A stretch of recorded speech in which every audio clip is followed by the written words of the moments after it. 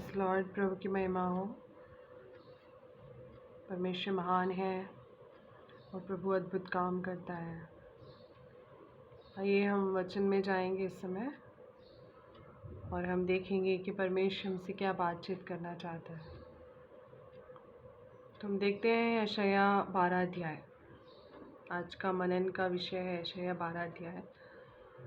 और उससे पहले हम परमेश्वर के कदम पे जाएंगे और प्रभु से कहेंगे, प्रभु तुम्हें अनुग्रहित कर, आशीर्वाद कर। आइए हम आंखें बंद करें, हम प्रार्थना में जाएं।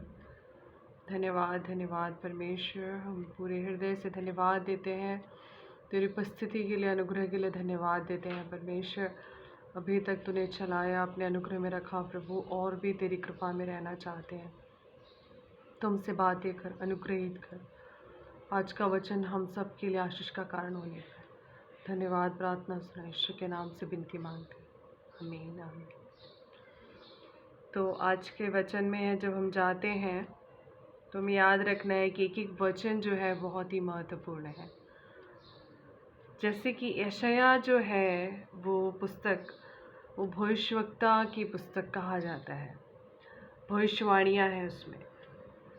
जब भविष्यवाणियाँ हैं तो हम कई बार सोचते हैं, अरे भविष्यवाणी बस है ना, मतलब बहुत कठोर बातें होंगी, बहुत कठोर बातें होंगी। लेकिन ऐसा नहीं है। परमेश्वर का वचन हमेशा वेल बैलेंस्ड होता है। हम कई बार बहुत ज़्यादा ही एक्सट्रीम लेवल पे कठोर समझते हैं कि दंड किया गया है, ये है वो है। लेकिन परमेश्वर के वचन में केवल सॉफ्ट बातें कि अरे तुम बाहर जाओगे। हम कई बार आजकल जो हम सुनते हैं वो है कि भविष्यवक्ता मतलब है कि बाहर जाने के बारे में भविष्यवाणी करने वाला, विदेश जाने के बारे में भविष्यवाणी करने वाला। लेकिन बाइबल में बहुत सारे वैरायटी हैं और भविष्यवाणी के अंदर ही इतनी सारी अच्छी बात है कि धन्यवाद का गीत। कभी सोच सकते हैं आप कि भजन संहिता में तो धन्यवाद का गीत बहुत नॉर्मल है। हम सब कहते भी हैं कि हम गीत जो है, सबसे ज़्यादा गीत जो निकला है भजन संहिता से निकला है, क्योंकि धन्यवाद, स्तुति, आराधना, ये सब की बातें हैं। लेकिन यहाँ पर हम देखते हैं यशाया में 11 पद में है, यिशै में से अंकुर। आप सब जानते हैं यिशै जो है वो दाऊद के पिता थे और उसकी वजह से जो भविष्यवाणियाँ हैं फ्यूचर के लिए, यीशु मसीह के आगमन का सब कुछ उसमें है क्लियर। तो यहाँ के बाद, ये भविष्यवाणी के बाद, यिशै के वंशावली के भविष्यवाणी के बाद 12 में जो है वो धन्यवाद का गीत है। कितनी खुशी की बात है। एक एक पद हम ध्यान देंगे। उस दिन तो कहेगा, हे यहोवा, मैं तेरा धन्यवाद करता हूँ, क्योंकि यद्यपि तू मुझ पर क्रोधित हुआ था, अब तेरा क्रोध शांत हो गया है और तूने मुझे शांति दी है। तो यहाँ पर हम देखते हैं परमेश्वर के गुण। तो यहाँ पर धन्यवाद का शब्द है कि प्रभु जो भी कुछ मेरे जीवन में हुआ, उन सब से बढ़कर मैंने तेरी उस शांति को भी देखा, मैंने तेरे अनुग्रह को भी चखा। उसके बाद दूसरे में है, देखो परमेश्वर मेरा उद्धार है, मैं भरोसा रखूँगा और भयभीत ना होऊंगा, क्योंकि यहोवा परमेश्वर मेरा बल, मेरे गीतों का विषय है और वह मेरा उद्धार बन गया है। ये शब्द हम कई बार गीतों में सुनते हैं। आप सब कई बार गाना गाते हैं ना, जैसे बहुत पुराना सॉन्ग है, मेरे गीतों का विषय तू मेरी आराधना, तेरी महिमा मुझसे होवे, यह मेरी है प्रार्थना। मेरे गीतों का विषय, बहुत ही अच्छे अच्छे शब्द हैं। लेकिन यहाँ पर वही कितने अद्भुत तरीके से वो वर्णन कर रहा है कि प्रभु तूने उद्धार किया, मेरा भरोसा तुझ पर है, इसलिए मैं ना डरूंगा, भयभीत ना होऊंगा। क्योंकि मेरे गीतों का जो सब्जेक्ट है, मेरे जो गीत का विषय है, हम सब जानते हैं, हम सब कुछ ना कुछ विषय को लेकर प्रार्थना करते हैं, कुछ ना कुछ विषय को लेकर पढ़ते हैं। तो इसी तरह से गीतों का विषय जो है वो क्या है? परमेश्वर है। परमेश्वर मेरा बल है, वो मेरा विषय है। और मेरा उद्धार बन गया है। हम सब जानते हैं अलग अलग प्रकार के उद्धार होते हैं और अलग अलग रीति से उद्धार को वर्णन किया गया है।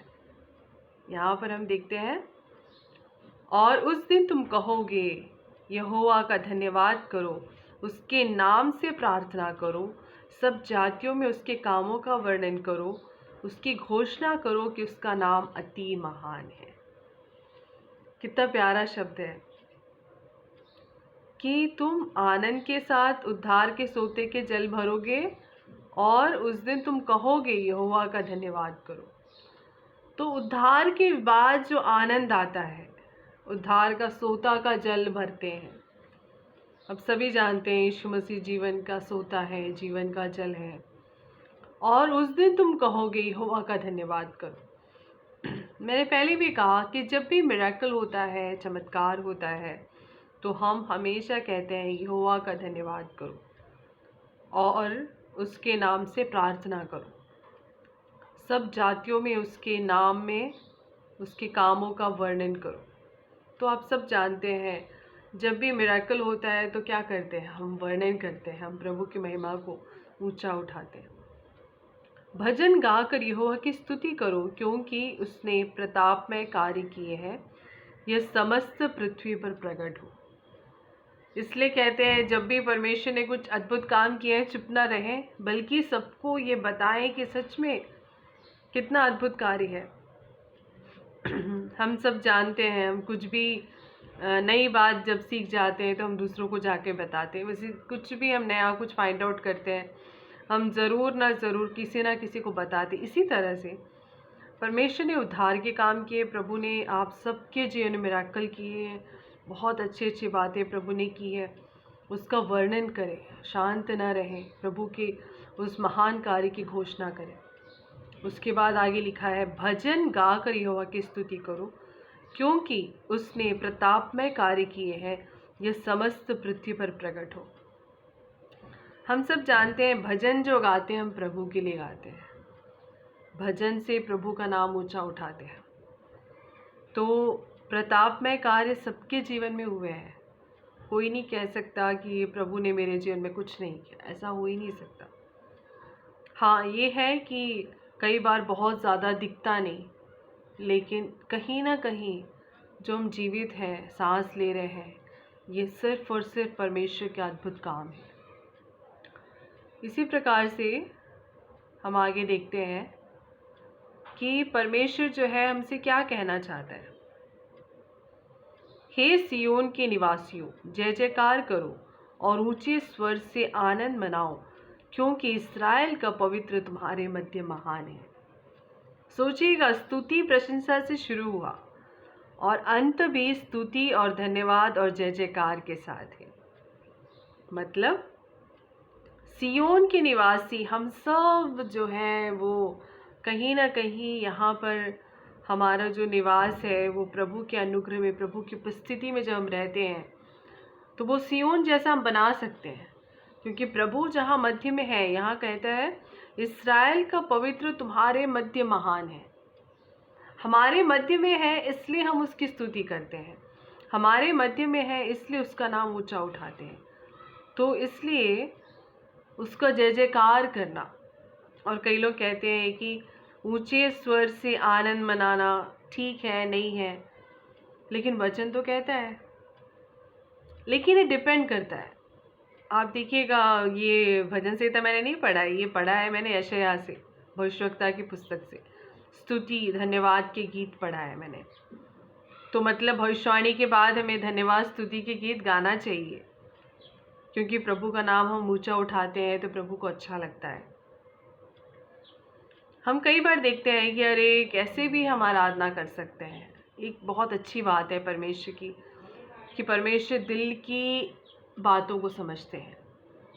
जैसे हम कहते हैं कि हम शांत होकर हम प्रभु के, है ना, भजन संहिता में बहुत सारे जो रस हैं वो आप देखेंगे परमेश्वर की धन्यवाद स्तुति के लिए है। क्योंकि परमेश्वर ने हमें बनाया तो हमें अच्छी तरह से जानते हैं कि हम क्यों चुपचाप आराधना कर रहे हैं, क्यों हम शांत हैं, क्यों हम आंसू बहा रहे हैं, क्यों हम जोर से आनंद से गा रहे हैं, क्यों हम ऊंचे स्वर से गा रहे हैं, सबका रीज़न प्रभु को पता है। और मैं कहना चाहती हूँ कि दिल से प्रभु की आराधना करें, किसी और के कहने पे नहीं, लेकिन दिल से निकलने पाए, दिखावा के लिए नहीं, लेकिन प्रभु तेरा और मेरा रिश्ता कैसा है, उस धन्यवाद के साथ प्रभु का गीत गाएं। परमेश्वर अवश्य पसंद करेंगे और अनुग्रहित करेंगे। और क्यों ना हम ये बात सीख जाएं कि परमेश्वर का वचन बिल्कुल वेल बैलेंस्ड है।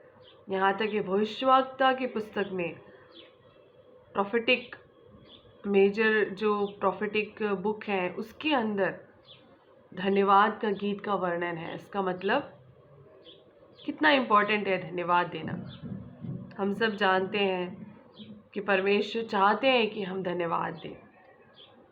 तो क्यों ना हम आए अपनी आंखें बंद करें, प्रभु से कहें, प्रभु तू हमसे बातें कर, तू हमें अनुग्रहित कर।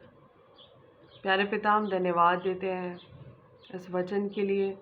अनुग्रहित कर, आशीर्वाद कर प्रभु, जैसे तूने हमें सिखाया धन्यवाद का गीत किस तरह से गाना है। तो हमारी मदद करो, सहायता कर। धन्यवाद, तूने प्रार्थना सुना, अनुग्रहित किया। यीशु के नाम से विनती मांगते, आमीन आमीन। प्रभु आप सबको आशीष दे। Thank you. God bless you all.